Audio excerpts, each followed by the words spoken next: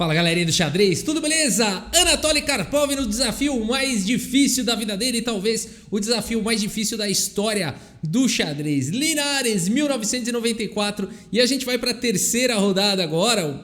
Por enquanto só vitória aqui do Anatoly Karpov, Anatolia Karpova.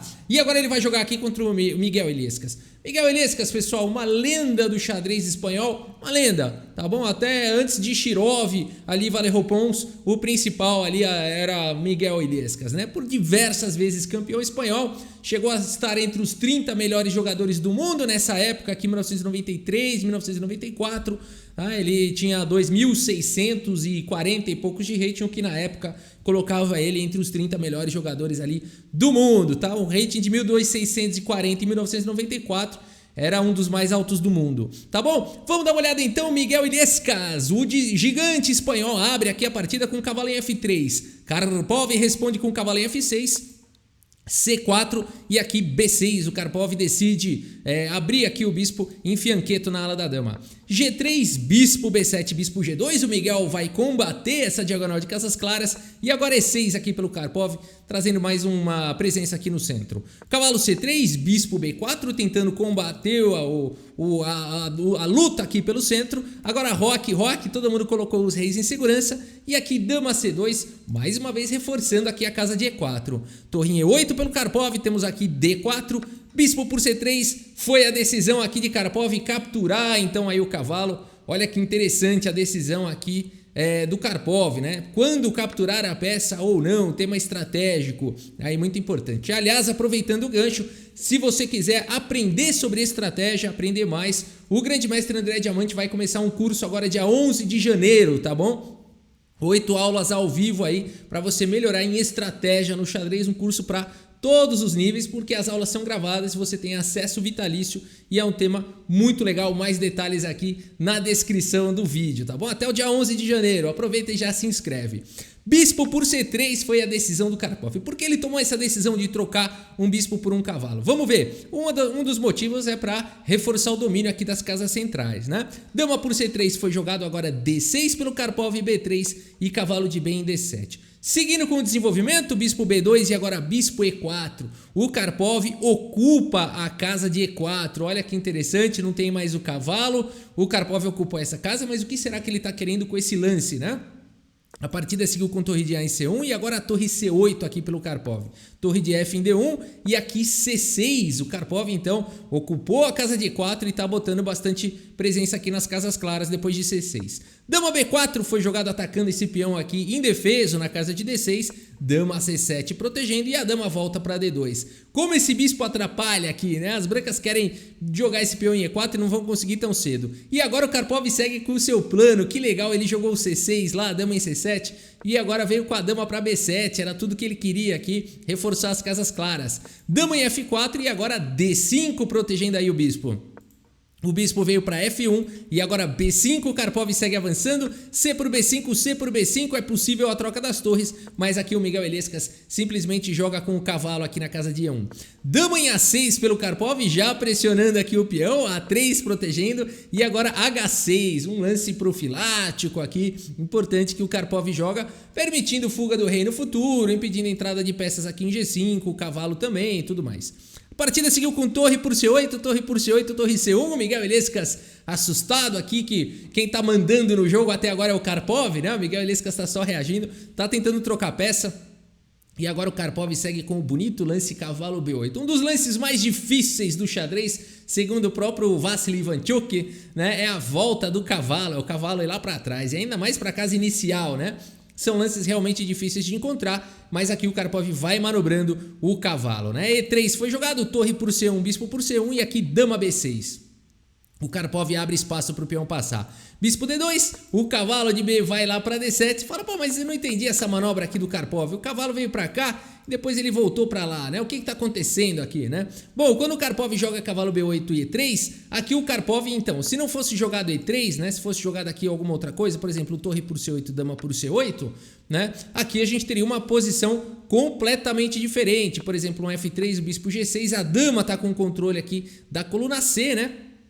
E depois de um dama D2, por exemplo, o cavalo poderia vir para C6, né? Então essa possivelmente aqui a ideia do Karpov, depois de um E3 seguir com dama B7, mas o cavalo fica bem colocado e pode ir para outros lugares, né? Por exemplo, E7, F5, então talvez essa fosse a ideia do Karpov quando ele jogou o cavalo aqui em B8. Olha o nível do jogador, né?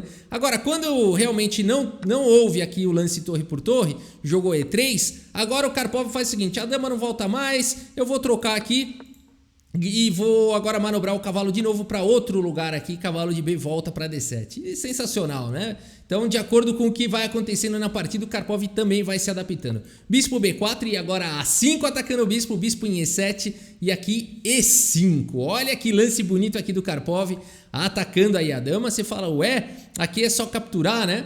Por que não, né? Aliás, se você quiser dar pause, no lance jogado não foi peão por, só para vocês entenderem, foi dama H4.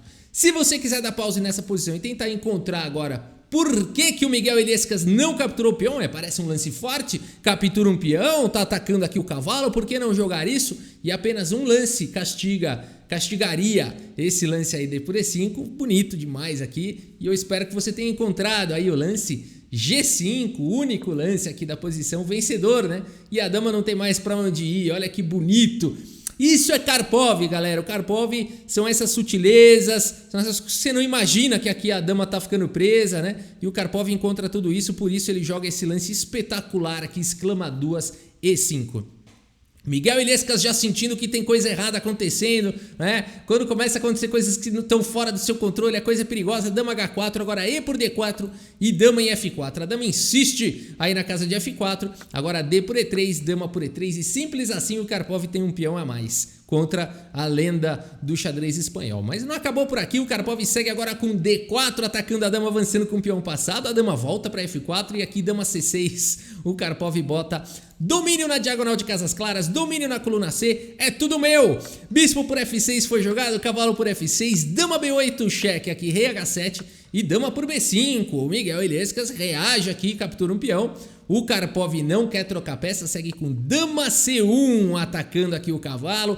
O cavalo vem para casa de D3 e agora dama D1. Pressão total aqui no cavalo. Pressão total na posição e também começa a existir temas aqui de checkmate, hein? Perigosíssimo. Cavalo C5 foi jogado atacando o bispo, não dando tempo de jogar dama em F3. Agora bispo G6 foi jogado pelo Karpov. E aqui rei G2, escapando de qualquer problemas aí, né? Mas na verdade esse lance aqui ele parece que tá escapando aqui porque tá saindo da cravada do bispo, só que ele acaba criando outro problema. Ele cobre a cabeça e descobre o pé, né? Porque aqui, galera, o que o Miguel Illescas pode fazer? É uma posição muito difícil, mas ele tem uma maioria de 2 peões aqui, então ele também pode criar o peão passado, né? É claro que o peão passado do Karpov é muito perigoso, mas aqui talvez B4 fosse também uma ideia possível, depois de peão toma. Se jogasse um cavalo E4, por exemplo, você pode trocar e não tem nenhum problema porque esse lance não veio com cheque. É claro que aqui a posição exige cautela, dama E2 seria uma possibilidade e as brancas vão ter que estar sempre cuidando aqui para as pretas não conseguirem jogar o lance bispo D3, um lance que, né, o bispo está cravado, e ao mesmo tempo sempre também tomando cuidado para não dar para avançar aqui o peão e tentando criar um contra-jogo com o peão, né, o peão passado. Uma possível continuação aqui, só para tentar ilustrar, né? Seria uma continuação aqui como essa. Enfim, vários lances seriam possíveis, mas as brancas ficam de fato tentando trocar a dama, tomando conta do peão passado e também avançando com o peão passado delas mesmas. Uma posição difícil, mas dá para segurar aqui o empate de brancas, né? Mas aqui o Miguel Illescas joga rei G2, acreditando que resolveu os seus problemas, e os problemas só começaram.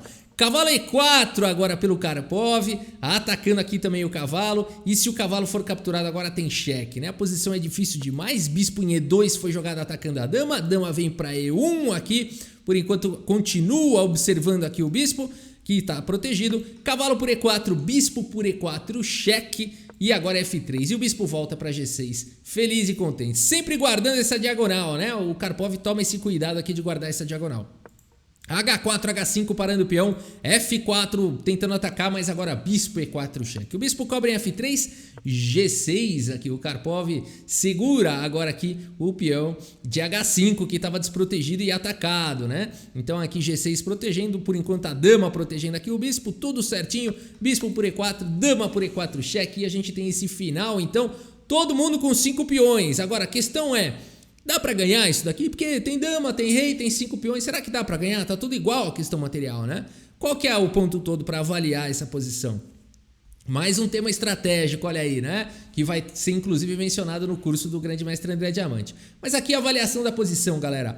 Pretas têm um peão passado, brancas têm uma maioria de 2 contra 1. Um peão avança mais rápido do que uma maioria de 2. Que por sinal avançam mais rápido do que uma maioria de 3 contra 2, que por sinal avançam mais rápido do que uma maioria de 4 contra 3. Ou seja, quanto menor a sua maioria for, né? Quanto mais enxuta ela for, mais rápida ela avança, tá bom? E uma maioria de 1 contra 0 avança muito rápido, que é o peão passado, né? Então aqui a partida seguiu com rei F2. Agora, será que isso é suficiente para vencer? Vamos ver como é que segue aqui o Karpov. Dama em E3, cheque rei G2, D3 avançando com o peão passado. Ele já tá aqui quase estendendo o tapete vermelho. O Miguel tem que fazer alguma coisa, segue com dama C4. Olha que interessante. Se avançar o peão agora, tá caindo em F7, vai ter perpétuo, hein? Vai ter cheque perpétuo. O Karpov tem que evitar isso. Dama em E2, cheque rei G1, dama D1, cheque rei F2. E você fala, legal, vou dar cheque aqui agora, não funciona. Parece que funciona, isso não funciona porque a dama está protegida. Então o Karpov não pode jogar, não jogou agora a dama C2. Parece um lance bom, né? Bom, se dama toma, peão toma, o Karpov tá ganho. O problema é rei E3 e aqui as brancas empatam, né? Você vai dar mais um cheque, mas aqui agora o peão tá caindo e não tem problema que o rei tá aqui, ele vai conseguindo se esconder, né? Então aqui, posição perigosa, o Karpov agora segue com dama D2 e não dama C2. Agora temos rei F1, dama D1, cheque rei F2, dama E2, cheque rei G1. E aqui o Karpov tem que fazer alguma coisa diferente, ele não consegue progredir. Não dá para avançar o peão, não dá para continuar dando cheque, não vai levar a lugar nenhum. E o peão de F7 está caindo e vai levar perpétuo. Rei G8, um lance importante evitando perpetuidades. Dama dá muito cheque. Dama C8, cheque, rei G7, dama C3, cheque, rei F8. Será que o Karpov vai escapar dos cheques? Dama C5, cheque, rei E8, dama C6, cheque, rei E7. Dama C5, cheque, rei E6. E agora, será que dá para continuar dando cheque? Aqui, dama em F2 foi jogado agora propondo trocas, né? Um lance importante aqui do Miguel, vai tentando tudo que ele pode. Aqui alguns estudiosos chegaram a afirmar que talvez F5 pudesse levar aqui ao empate, mas estudos um pouco mais aprofundados confirmam que não, que as pretas estão melhores aqui. Por exemplo, rei F6, aqui dama dá muito cheque. A ideia de jogar lá seria forçar a troca de damas. Mesmo assim, esse final aqui bem complexo é vencedor para as negras, tá? Só para ilustrar um pouquinho mais, mas de fato levaria para um final com bastante luta, né? Mas aqui, pelo fato de ter 3 contra 2 nessa ala e o rei próximo do peão da outra, as pretas ganham, tá? Claro, tem que ser bem jogadinho, né? Não pode errar nada aí, mas bem jogado é um final vencedor aqui para as negras, tá? Então por isso o F5 não é um lance salvador da posição. A partida seguiu com dama F2 propondo trocas e aqui o Karpov dama D1 cheque. Olha que importante isso, né? Será que ele não podia trocar e jogar esse final com um peão a mais? Troca logo, encosta aqui, ó, avança o peão e captura tudo aqui e promove. Cuidado, as brancas têm uma maioria de 2 contra 1 distante, uma maioria ali lá na ala da dama, né? Por exemplo, dama por F2, rei por F2 e por incrível que pareça, esse final é vencedor para as brancas, tá? Para as brancas. Aqui parece que o Karpov vai ganhar, porque você fala, pô, eu vou avançar esse peão, invadir aqui com o rei e vou ganhar, né?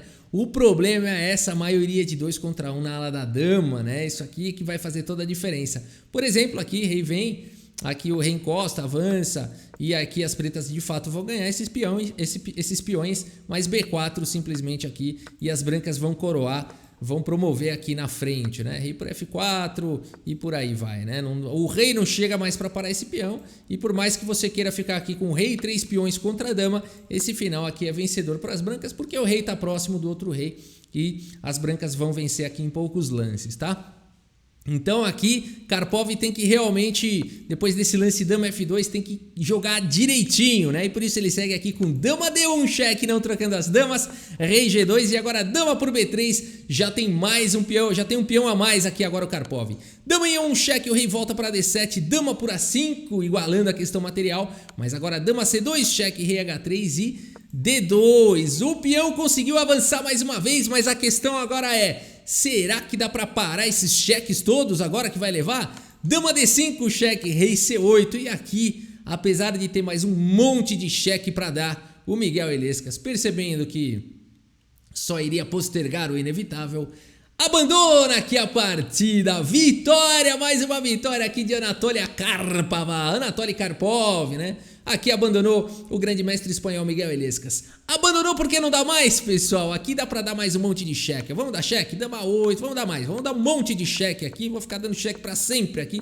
Só que não é pra sempre. Uma hora o rei consegue refúgio lá em F1 e agora acabou o cheque, né? Aqui a dama tá cobrindo aqui as casas de cheque. Não tem mais como a dama dar nenhum cheque. Dá pra jogar um F5 aqui, ó. Vou ganhar a casa de F4 pra dar cheque. Promove 2 damas, vou conseguir mais um cheque aí de honra, outro cheque aqui. Aí agora realmente é o lance do Juscelino aqui, rei H1. Rafa, lance do Juscelino? É, o lance do Juscelino, agora não tem mais cheque, né? Agora acabou o cheque. Então rei H1 aqui, não tem mais cheque, né? As damas estão cobrindo aqui todas as casas. Ah, mas agora eu vou afogar, então não dá nem pra afogar, né? Vou jogar um dama F2 aqui, porque se capturar... Mas tem peão ainda, nem adianta. Aqui tá vindo dama G4 checkmate, inclusive, né? Não tenho o que fazer e por isso depois aqui de rei C8, aqui pelo Karpov, o Miguel Illescas poupou o Karpov de um monte de cheque e abandonou aqui a partida. E vamos dar uma olhada no relatório aqui do chess.com e ver a precisão aqui dos jogadores. 89,4% de precisão para o grande mestre espanhol Miguel Illescas e os assustadores 94,8% de precisão aqui para Karpov, né? Espetacular aqui, de fato, a gente vê que o Karpov dominou a partida toda, né? Dominou a partida toda e esse ponto aqui foi o ponto de não mais retorno, né? O lance rei G2 ali, igual a gente comentou, foi o lance problemático de Miguel Illescas. Talvez aqui nessa posição, se ele tivesse jogado aquela ideia de B4, criar o peão passado, tudo mais, tentar segurar a bronca aí, talvez conseguisse lutar aí por um empate. Muito difícil, mas computador contra computador conseguiria aqui segurar o empate. Tá bom, pessoal, é isso. Espero que vocês tenham curtido mais um vídeo aqui da nossa playlist, a saga de Anatoly Karpov no torneio de Linares 1994, no torneio mais difícil da história do xadrez. É isso, pessoal. Muito obrigado pela sua audiência. Um grande abraço para todos vocês e até a próxima. Valeu! Cavalo H5 no tabuleiro de xadrez. De xadrez.